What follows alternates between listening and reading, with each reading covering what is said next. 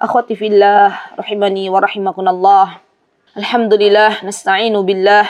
Kita memohon pertolongan kepada Allah Azza wa Jalla. Hari ini kita akan membahas surah di antara surah yang berada di juz 29, yaitu surah Al-Haqqah. Dan surah Al-Haqqah ini adalah surah yang terdapat di dalam juz 29, terdiri dari 52 ayat. Jika hari ini belum selesai, nanti insya Allah kita akan meneruskannya di pertemuan yang akan datang. Taib. Kemudian teman-teman, surah Al-Haqqah ini termasuk bagian dari surah Makkiyah. Diturunkan oleh Allah Azza wa Jalla sebelum hijrahnya Nabi kita Muhammad sallallahu alaihi wasallam ke kota Madinah. Dan Al-Haqqah ini adalah di antara nama-nama hari kiamat.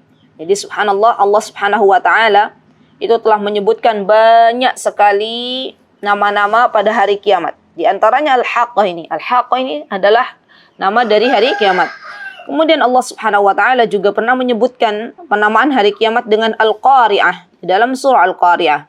Allah subhanahu wa ta'ala juga pernah menyebutkan nama Al-Haqqah, nama Al-Qari'ah, nama untuk hari kiamat dengan As-Sa'ah. Allah subhanahu wa ta'ala pernah menyebutkan nama hari kiamat dengan Yaumul Hisab.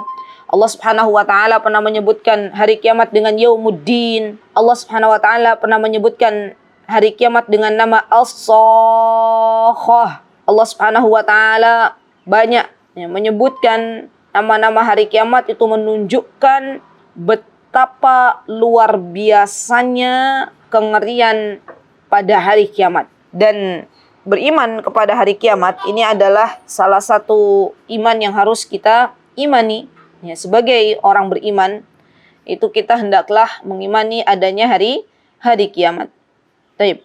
Kemudian, teman-teman yang dimuliakan oleh Allah, arti dari Al-Haqqah itu sendiri, para ulama berbeda pendapat. Dan saya mengambil pendapatnya Syekh Abdurrahman bin Nasir As-Sa'di, di mana beliau mengatakan di dalam kitab beliau Taysirul Karimur Rahman fi Tafsir Kalamil Mannan. Kitab ini kalau perlu teman-teman harus ada di rak-rak buku teman-teman semuanya. Karena tafsirnya Syekh Sa'di ini tafsir yang ringkas, ya, tafsir yang ringkas, satu kitab saja, 30 juz itu hanya satu kitab saja. Kan beda kalau tafsir Ibnu Katsir kan beberapa jilid dalam bahasa Arabnya, ya, dalam bahasa Arab tafsir Ibnu Katsir itu kurang lebih 4 jilid. Tapi kalau tafsir Syekh Sa'di hanya satu jilid saja. Saya tidak tahu kalau bahasa Indonesia berapa jilid. Kalau bahasa Arab itu satu jilid, ya. Dan ini harus kita miliki karena tafsirnya singkat. Baik, Syekh Abdurrahman bin Nasir As-Sa'di, beliau mengatakan bahwasanya makna Al-Haqqah itu artinya adalah hakikat-hakikat. Dan rahasia-rahasia semuanya akan terbongkar pada hari tersebut. Akan dilihatkan oleh Allah Azza wa Jalla mana yang beriman, mana orang-orang yang kafir. Ini pendapat yang diambil oleh Syekh Abdurrahman bin Nasir As-Sa'di. Taib, kita masuk ke ayat yang pertama. Al-Haqqatu mal-Haqqah wa ma adraka mal-Haqqah. Al-Haqqah yang tadi kita tahu adalah hari kiamat. Ya, kemudian Allah Subhanahu wa taala mengulangi lagi apakah hari kiamat itu. Wa ma adraka mal haqqah. Allah mengulangi kembali, dan tahukah kamu apakah hari kiamat itu? Nah, ini menunjukkan ketika Allah Subhanahu wa taala bertanya teman-teman dengan pengulangan. Ya, di sini ada 3 kata, ya, al-haqqah, mal haqqah, wa ma adraka mal haqqah. Ini menunjukkan betapa agungnya hari kiamat yang Allah Subhanahu wa taala telah ciptakan. Kemudian selanjutnya adalah ayat yang keempat, kadzabat Tsamud wa 'Adun bil qari'ah. Di antara kaum yang mereka tidak percaya dengan datangnya hari kiamat, di antaranya adalah kaum 'Ad dan kaum Tsamud. Jadi kaum 'Ad dan kaum Tsamud ini mereka adalah kaum yang tidak percaya dengan adanya hari kiamat. Dan kaum 'Ad dan Tsamud ini termasuk dalam golongan Al-Arab Al-Ba'idah. Ya, Al-Arab Al-Ba'idah adalah kaum Arab yang sekarang telah punah. Telah punah, tidak ada. Dan ini termasuk di antara kaum 'Ad dan kaum Tsamud. Dan kita tahu, ya, kaum 'Ad itu adalah kaumnya Nabi Hud alaihissalam, dan kaum Tsamud adalah kaumnya Nabi Salih alaihissalam. Beberapa ulama Sirah mengatakan bahwasanya kaum Ad dan kaum Samud ini mereka berada di sebuah kota. Kalau kaum Samud, kaumnya Nabi Salih, itu berada di kota Al-Ula. Kotanya terletak di utara kota Madinah. Kalau kaum Ad, itu adalah kaumnya Nabi Hud alaihissalam. Dan kaum Ad ini, para ulama berbeda pendapat di manakah mereka berada. Dan pendapat terkuat, kaum Ad ini ada di Yaman. Letaknya di sebuah tempat yang sekarang terkenal dengan nama Al-Ahqaf. Ya, Al-Ahqaf itu ada di Yaman, itu ada sebuah kota dinamakan dengan Al-Ahqaf. Ya. Semoga Allah Subhanahu Wa Taala memberikan kesempatan untuk teman-teman untuk bisa belajar di Yaman, bisa berkunjung ke Yaman, karena sesungguhnya telah kami saksikan penduduk-penduduk Yaman itu adalah penduduk-penduduk yang baik, penduduk-penduduk yang Rasulullah SAW menggambarkan ya di dalam hadis beliau bahwasanya al-hikmatu minal Yaman, hikmah itu datangnya dari Yaman, subhanallah. Kemudian ayat yang kelima, fa amma samudu fa uhliku bit-taghiyah. Kaum Samud adalah kaumnya Nabi Saleh alaihissalam. Ketika mereka tidak percaya dengan adanya hari kiamat, maka Allah Subhanahu wa taala binasakan mereka dengan at-taghiyah, dengan suara yang sangat-sangat keras. Ya, jadi azab dari Allah Subhanahu wa taala itu datangkan suara yang sangat keras dan membuat suara keras tersebut akhirnya membuat kaum Samud meninggal satu persatu. Subhanallah, kita pada zaman sekarang kalau kita lihat guntur saja, kalau kita dengar ya, bukan kita lihat, kita dengar, itu rasanya deg-deg gitu ya. Bagaimana dengan at-taghiyah pada zamannya kaum Samud? Allah datangkan suara yang sangat-sangat keras, sampai-sampai suara keras tersebut akhirnya membuat kaum Samud satu persatu meninggal dunia. Kenapa kaum Samud disiksa, diadab oleh Allah Azza wa Jalla? Karena mereka bermaksiat kepada Allah, karena mereka tidak mentaati Nabi mereka yaitu Nabi Saleh. Ya, mereka mengkhianati Nabi Saleh dengan menyembelih unta yang telah Nabi Saleh larang untuk dibunuh. Ya, mereka bunuh, kemudian mereka berbuat zalim, maka Allah datangkan azab. Kemudian Allah Subhanahu wa taala berfirman di ayat yang ke-6, wa amma 'adun fa uhliku bi rihin sarsarin 'atiyah. Sedangkan kaum Ad, yaitu kaumnya Nabi Hud alaihissalam, diberikan siksa oleh Allah, diberikan azab oleh Allah Azza wa Jalla dengan dikirimkannya angin yang sangat dingin. Ya, jadi angin-angin topan yang sangat dingin. Dan ini saya bisa merasakan teman-teman, kalau memang Al-Ahqaf, kalau memang kaumnya Nabi Hud itu ada di Yaman. Al-Ahqaf itu kan artinya bukit-bukit pasir ya. Jadi di Yaman itu teman-teman, sebagian daerahnya adalah daerah gurun. Nah, biasanya kalau ada angin biasa, bukan angin topan ya, itu menyebabkan pasir yang ada di gurun itu akhirnya bertumpuk dan jadilah gundukan-gundukan, jadilah bukit-bukit pasir.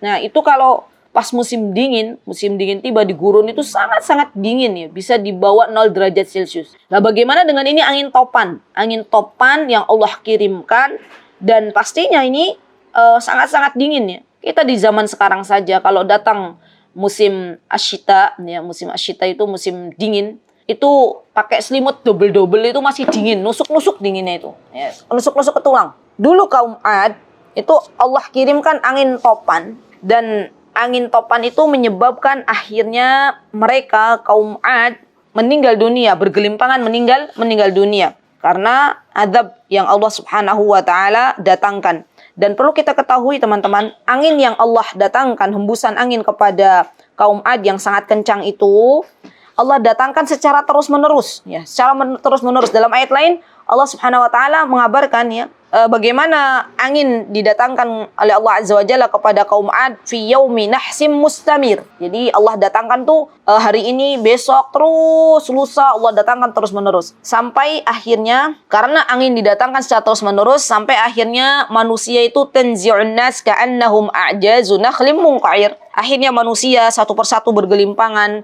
dan mereka itu kata Allah Azza wa Jalla bagaikan pohon-pohon kurma yang tumbang dengan akar-akarnya. Bisa dibayangkan nggak, satu persatu ada yang meninggal karena datangnya angin yang begitu keras, yang begitu dahsyat yang Allah datangkan. Dan ini adalah adab dari Allah Azza wa Jalla bagi siapapun kaum yang bermaksiat kepada Allah Azza wa Jalla. Kemudian Allah Subhanahu wa taala menyebutkan di ayat selanjutnya, sakharaha 'alaihim sab'a layali wa thamaniyata ayyamin husuma. Fataral qauma fiha sar'a ka'annahum a'jazu nakhlin khawiyah. Allah menimpakan angin itu kepada mereka selama 7 malam 8 hari. Lihat teman-teman. 1 hari saja angin di gurun itu dinginnya luar biasa. Ini 7 malam 8 hari Allah kirim angin kepada kaum Ad. Akhirnya dari angin yang Allah kirimkan itu dengan kencangnya, akhirnya fatarul qauma fiha sar'a. Kaum Ad satu persatu meninggal dunia bergelimpangan ya. Seperti batang-batang pohon kurma yang telah lapuk. Khawiyah itu telah kosong, telah lapuk, tidak lagi berisi. Nah, ini yang diartikan dengan al-khawiyah. Kemudian Allah Subhanahu wa taala menyebutkan di ayat yang ke-8, fahal tara lahum mim baqiyah. Maka adakah kamu melihat seorang pun yang masih tersisa di antara mereka? Dan kita tahu tidak ada lagi yang tersisa. Maka dari itu kaum Ad, kaum Samud itu dinamakan dengan Al-Arabul Ba'idah. Karena sudah Allah adab semuanya. Sudah tidak ada lagi yang tersisa dari kaum Ad dan kaum Samud. Kemudian di ayat yang ke-9 Allah mulai berbicara tentang bagaimana Fir'aun dan bala tentaranya. Allah Subhanahu wa taala berfirman, "Wajaa Fir'aun wa man qablahu wal mu'tafikatu bil khati'ah." Dan kemudian telah datang Fir'aun dan orang-orang yang sebelumnya, penduduk negeri-negeri yang dijungkir balikkan. Ini kaumnya Nabi Lut alaihissalam. Bil khati'ah, karena kesalahan yang dilakukan oleh kaumnya Nabi Lut. Ya, mereka menyukai laki-laki sesama laki-laki, ya, LGBT. Kemudian Allah datangkan adab, dijungkir balikkan kampungnya kaum Nabi Lut, ya. Kemudian Allah wafatkan, ya Allah timpakan adab itu semuanya kepada kaumnya Nabi Lut. Nah, di sini Allah Subhanahu wa taala menyebutkan wajaa Fir'aun. Allah bercerita tentang bagaimana Fir'aun. Dan Fir'aun itu adalah sebutan nama bagi raja-raja Mesir. Jadi bukan namanya Fir'aun, tapi sebutannya. Seperti kalau di Yogyakarta itu ada raja, ya. Raja-raja itu namanya misalnya Raja Hamengkubuwono I, Hamengkubuwono II. Itu namanya bukan Hamengkubuwono. Jadi kalau yang menjadi raja di daerah keistimewaan Yogyakarta di sini itu pasti dapat gelar Hamengkubuwono. Nah, ya, sama dengan Fir'aun di Mesir. Baik. Kemudian Allah Subhanahu wa taala menyebutkan di ayat selanjutnya, fa'asaw rasula rabbihim fa'akhadahum akhdatar rabiyah. Mereka semua, kaumnya Nabi Hud alaihissalam, kaumnya Nabi Saleh, kaumnya Nabi Musa, Fir'aun, kaumnya Nabi Lut, mereka semua mendurhakai utusan yang telah Allah Subhanahu wa taala kirim kepada mereka. Maka karena mereka mendurhakai utusan-utusan yang telah Allah kirim, mereka mendurhakai Nabi Hud, mereka mendurhakai Nabi Salih, mereka mendurhakai Nabi Musa, mereka mendurhakai Nabi Lut alaihimussalam.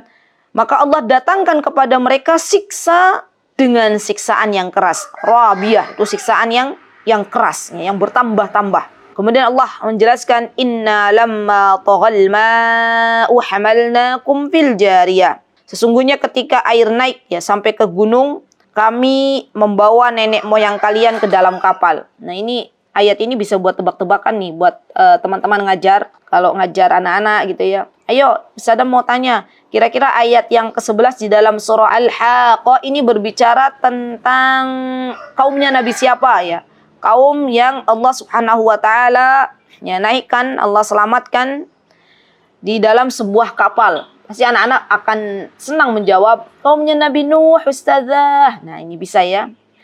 Kemudian Allah berbicara di ayat yang selanjutnya, ayat 11, Allah berbicara tentang bagaimana kaumnya Nabi Nuh, ya, yang beriman diselamatkan dan orang-orang yang tidak beriman, termasuk dari istri serta anaknya Nabi Nuh alaihissalam, Allah tenggelamkan dengan didatangkannya banjir. Allah menjelaskan ayat selanjutnya, linaj'alaha lakum tadhkiratan wa ta'iyaha udhunu wa'iyah. Udhunu wa'iyah. Itu Allah Subhanahu wa taala dengan mendatangkan adab tersebut, Allah berikan hikmah untuk memperingatkan kaum-kaum yang tidak mau beriman kepada utusan-utusan Allah. Dan agar kaum tersebut memperhatikan, didengarkan oleh telinga yang mau mendengar. Nah, ini teman-teman, ketika Allah Subhanahu wa taala menyebutkan ini, artinya tidaklah semua peristiwa yang ada di dalam Al-Qur'anul Karim Allah sebutkan peristiwa-peristiwa zaman dahulu kala itu kecuali untuk diambil ibrahnya. Di antara ibrahnya adalah agar orang-orang yang datang selanjutnya beriman kepada Allah Azza wa Jalla. Lihatlah, orang-orang yang tidak mau beriman, Allah datangkan adab, Allah segerakan adab di dunia. Dan adab itu pasti ada. Allah ingin memperlihatkan itu semuanya. Maka jadikanlah pelajaran. Jangan sampai menjadi kaum yang tidak beriman kepada Allah, karena Allah pasti akan datangkan adab. Kemudian Allah menyebutkan, فَإِذَا نُفِخَ فِي الصُّورِ نَفْخَةٌ وَاحِدَةٌ. Maka apabila sangkakala telah ditiup dengan sekali tiupan. Jadi sangkakala itu teman-teman ada ditiup dengan tiupan pertama, tiupan yang membuat orang semua ketakutan. Ada sangkakala yang ditiup dengan tiupan yang kedua, itu membuat orang-orang meninggal dunia bergelimpangan. Dan ada sangkakala nafkhah yang ditiup dengan tiupan ketiga, yang membangkitkan semua manusia, dibangkitkan dari kuburnya. Ya, jadi diingat-ingat ya, nafkhah itu ada tiga. Ada yang pertama itu membuat manusia pada ketakutan. Yang kedua adalah membuat manusia bergelimpangan meninggal dunia. Yang ketiga adalah tiupan yang manusia dibangkitkan dari alam kuburnya. Dan ini semuanya termasuk dari peristiwa dahsyatnya hari kiamatnya. Baik. Teman-teman yang dimuliakan oleh Allah Azza wa Jalla, kemudian Allah menyebutkan wa humilatil ardu wal jibal fadukkata dakkatan wahidah. Kemudian bumi yang begitu kokoh, langit yang begitu kokoh, ya, bumi, gunung, semuanya Allah benturkan. Ya, pada hari kiamat itu bumi dan gunung Allah angkat, Allah benturkan. Apa jadinya? Kengerian yang sangat luar biasa. Kita lihat gunung yang begitu kokohnya. Kita lihat bumi yang kita lihat itu begitu luas. Dan kita lihat langit yang begitu as-sama, yang begitu kokoh, tidak ada tiang. Nanti Allah akan benturkan. Ya, gunung, langit, bumi Allah akan benturkan. Kemudian Allah tegaskan fayauma idzi waqa'atil waqi'ah. Maka pada hari itu benar akan terjadi hari kiamat. Subhanallah. Teman-teman yang dimuliakan Allah, kita berdoa kepada Allah semoga kita tidak termasuk orang-orang yang menemui hari kiamat. Naudzubillah summa naudzubillah. Karena orang-orang yang menemui hari kiamat itu orang-orang yang seburuk-buruk manusia, ya, naudzubillah. Karena ngerinya luar biasa. Kemudian Allah jelaskan lagi ya, bagaimana peristiwa hari kiamat itu. Allah jelaskan di ayat yang selanjutnya, ayat 16, wa syaqqatis sama fahiya yauma idzin wahiya. Dan terbelahlah langit. Langitnya Allah belah. Dan kala itu langit menjadi rapuh. Yang kita lihat nih, langit yang kokoh sekarang di atas kita. Itu kelak pada hari kiamat Allah jadikan langit tersebut terbelah. Dan setelah Allah jadikan terbelah, Allah jadikan langit itu sudah tidak lagi memiliki kekuatan, lemah, rapuh. Itu keadaan langit pada hari kiamat. Kemudian Allah Subhanahu wa taala melanjutkan wal malaku ala arjaiha wa yahmilu 'arsya rabbika fawqahum yawma idzin thamaniyah. Nah, setelah itu Allah berbicara tentang para malaikat. Para malaikat yang mereka semuanya kelak nanti berkumpul. Mereka berada di berbagai penjuru langit saat ini, ya. Dan jumlah malaikat itu teman-teman tidak ada yang tahu secara pasti. Banyak sekali. Yang Allah beritahukan kepada kita hanya beberapa malaikat saja namanya. Jadi jumlah malaikat itu bukan 10, banyak.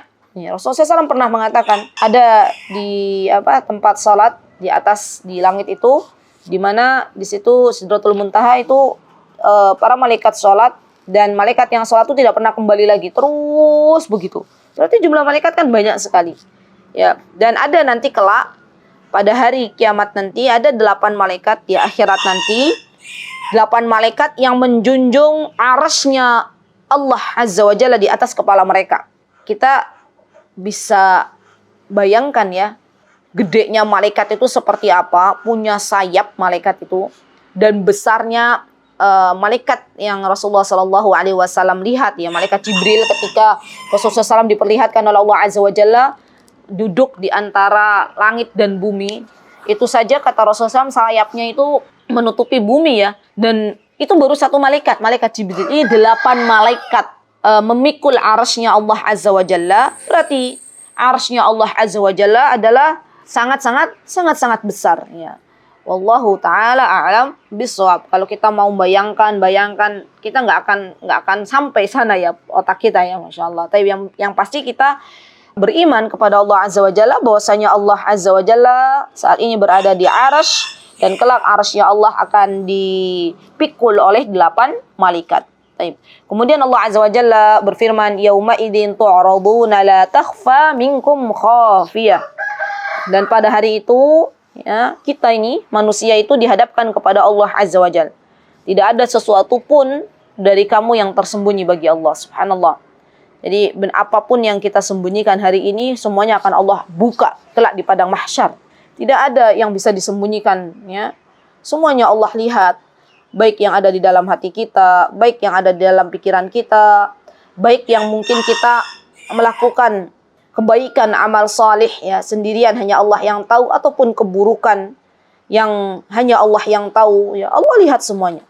Nasihat saya untuk diri saya terlebih dahulu dan teman-teman semuanya, sering-seringlah membuat amalan rahasia antara kita dengan Allah Azza wa Jalla. Karena amalan-amalan rahasia ini, amal-amal salih yang dirahasiakan ini akan lebih mudah untuk kita meluruskan niat. Kita mengharapkan amalan-amalan salih yang kita rahasiakan ini Allah terima. Jadi amal salih ini yang hanya mengetahui adalah kita dan Allah saja. Pasangan kita tidak perlu tahu. Dan berhati-hatilah dengan maksiat yang kita lakukan dalam keadaan sendiri. Karena sesungguhnya Allah Subhanahu wa taala melihat apa yang kita lakukan. Kalau seseorang sudah gemar melakukan maksiat, ya, dalam keadaan sendiri, ya, maka Allah kalau sudah sering, ya, Allah akan buka aibnya. A'udzubillah summa na'udzubillah. Maka hati-hati, ya, dengan teman-teman yang hari ini misalnya bersembunyi-sembunyi melakukan maksiat. Dia mengira bahwasanya Allah tidak melihatnya, padahal Allah Subhanahu wa taala jelas melihat semua apa yang dilakukan oleh hambanya. Kemudian ayat yang ke-19, wa amma man utiya kitabahu biyaminih fa yaqulu ha umqra'u kitabiyah. Adapun orang yang kelak, kita semua nih, yang kelak nanti catatan yang sekarang dicatat di sebuah buku, di sebuah kitabnya, Allah berikan dengan tangan kanannya, Allah berikan di tangan kanan kita, maka orang tersebut akan mengatakan, ambillah dan bacalah kitabku. Ya, ini orang-orang yang beruntung, ya, orang-orang yang amal solihnya lebih banyak, ya, daripada amal keburukannya, maka Allah akan berikan, ya, dan ia akan mengambilnya dengan tangan kanan. Dan subhanallah teman-teman, kita semuanya akan menyaksikan bagaimana hasil ujian kita di dunia, ya, kelulusan. Kalau di dunia kan ada, kalau habis ujian tuh pembagian rapot, ya. Kalau bagi rapot itu kan yang deg-degan kan kalau anaknya masih kecil orang tuanya. Kalau sudah besar hasil hasil ujian kelulusan tuh yang deg-degan kan yang mbak-mbak yang mahasiswinya, ya. Nah, itulah bayangan tuh baru di dunia, bagaimana nanti di akhirat. Kalau di dunia orang misalnya dia dapat nilai yang baik, alhamdulillah. Dapat rosib bisa diperbaiki lagi. Rosib itu tidak lulus misalnya, atau dengan nilai yang buruk, itu bisa diperbaiki. Tapi nanti di akhirat sudah tidak bisa lagi. Sudah tidak bisa lagi kembali ke dunia. Kalau orang diberikan kitabnya, ya, dan diambil dengan tangan kanan, itu adalah orang yang beruntung. Kalau dengan tangan kiri itu adalah orang yang tidak beruntung dan tidak lagi kembali lagi ke dunia, sudah habis. Maka jangan kita habiskan waktu kita di dunia ini untuk keburukan, karena kelak kita akan mendapatkan rapot dari Allah Azza wa Jalla. Hari ini kita sedang diuji oleh Allah Azza wa Jalla di dunia, kelak nanti kita akan melihat hasilnya nanti di akhirat. Taib. Kemudian Allah Subhanahu wa taala menyebutkan di ayat yang ke-20, inni dhanantu anni mulaqin hisabiyah.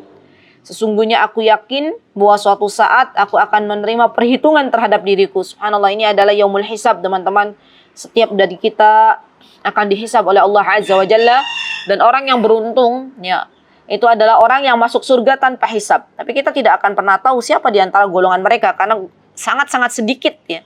boleh kita berdoa kepada Allah Azza wa Jalla, ya Allah, masukkanlah hamba ke dalam syurgamu tanpa hisab, tanpa azab, dan kita mengambil sebab, ya, tidak melakukan halal yang dilarang oleh Rasulullah sallallahu alaihi wasallam. Kalau kita pengen masuk surga tanpa hisab, tidak meminta ruqyah, tidak tatayur, ya, dan itu semuanya adalah ikhtiar kita agar bisa masuk surga tanpa hisab. Semoga Allah Subhanahu wa taala memudahkan hisab kita. Semoga Allah Subhanahu wa taala mengampuni dosa-dosa kita, dan semoga Allah Subhanahu wa taala memasukkan kita semuanya ke dalam surganya. Amin, Allahumma amin. Taib. Kemudian Allah menyebutkan fahuwa fi 'isyatir radiyah fi jannatin 'aliyah qutufuha daniyah. Lihat orang yang di dunianya itu gemar beramal saleh.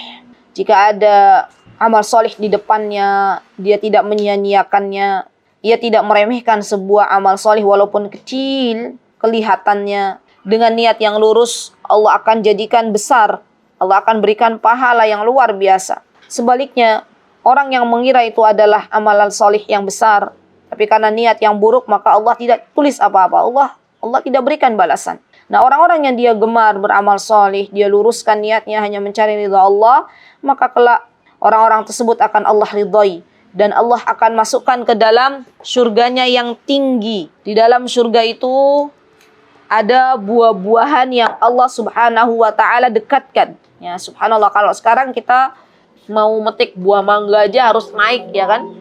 Mau metik buah alpukat saja harus naik ke pohonnya. Besok di surga nanti Allah dekatkan buah tersebut dan penduduk surga bisa langsung memetik buahnya.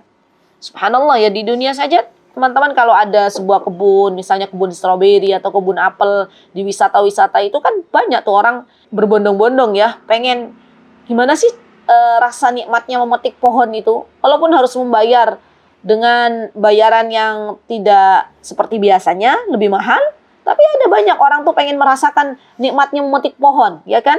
Nah, bagaimana nanti di surga, nikmat yang luar biasa, ya. Allah berikan kesempatan penduduk surga itu bisa memetik buah dari pohonnya langsung.